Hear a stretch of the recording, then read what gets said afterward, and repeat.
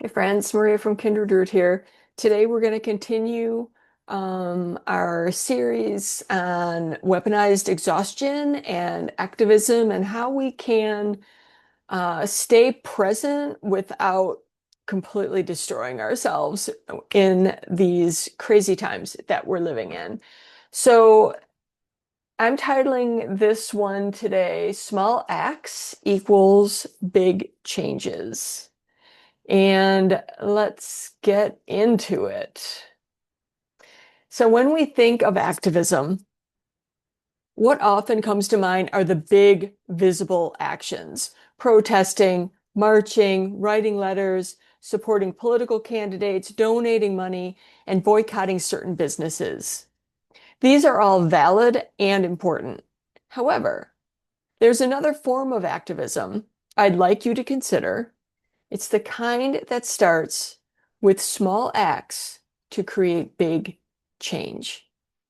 This isn't extroverted, attention-grabbing activism.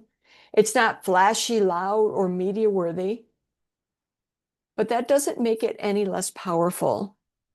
I believe it can be more powerful because it happens in every moment, with every breath, with every choice, and even with every thought. Here's the question I want you to ask yourself. Is your internal environment mirroring the external environment? And are you okay with that? For example, if your inner voice is harsh, judgmental, or condemning, but you expect the world to be kind, compassionate, and understanding, there's a disconnect. And when both our inner and outer environments are negative, it can feel hopeless, like there's no way forward and no way to heal. This is why I focus on small internal changes first. We have no control over other people, their thoughts, their feelings, their beliefs, or how they speak to us. The only real influence we have is in choosing who gets access to us in how we set our boundaries. If someone treats us in a way that hurts us, we can decide they no longer have access, period. Of course, with close family, especially our children, this can be more complex, but the principle still matters. But what if the person being unkind to you is you?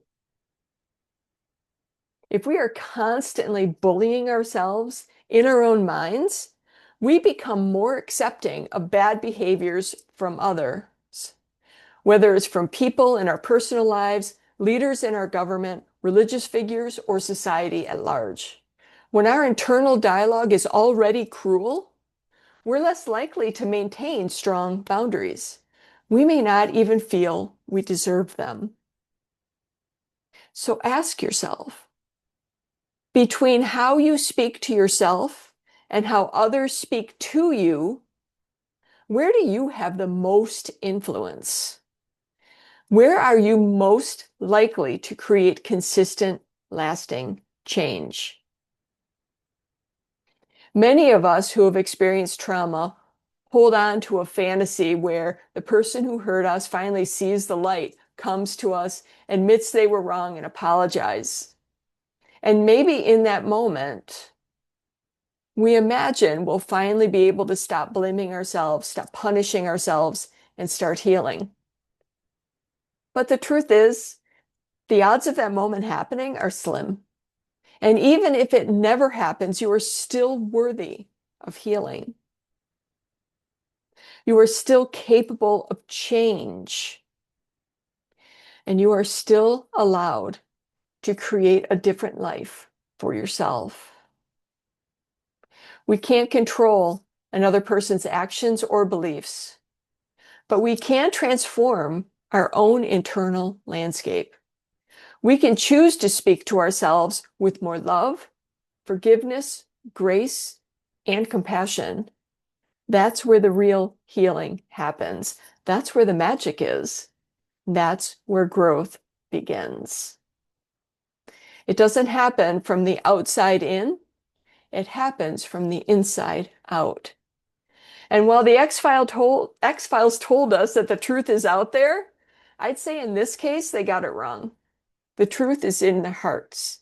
It's always been inside of us, available 24/7. We just have to listen. The truth is in here.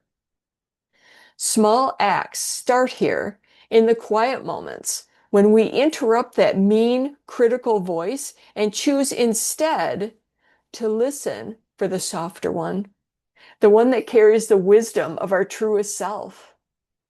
Then we work with that voice to rewrite the story we've been telling ourselves. We are creative beings. Creation is why we are here. But too often we outsource our creativity to someone else's design, to the matrix or the template society hands us. It's time now to take it back. Create from within, shape your own reality. Then you'll naturally find others who share your vision, your values, your hopes. And together, you'll form communities of resonance, people co-creating a more beautiful, compassionate world. Small acts lead to big changes. They start within us. All we have to do is acknowledge our power, our creativity, and our strength.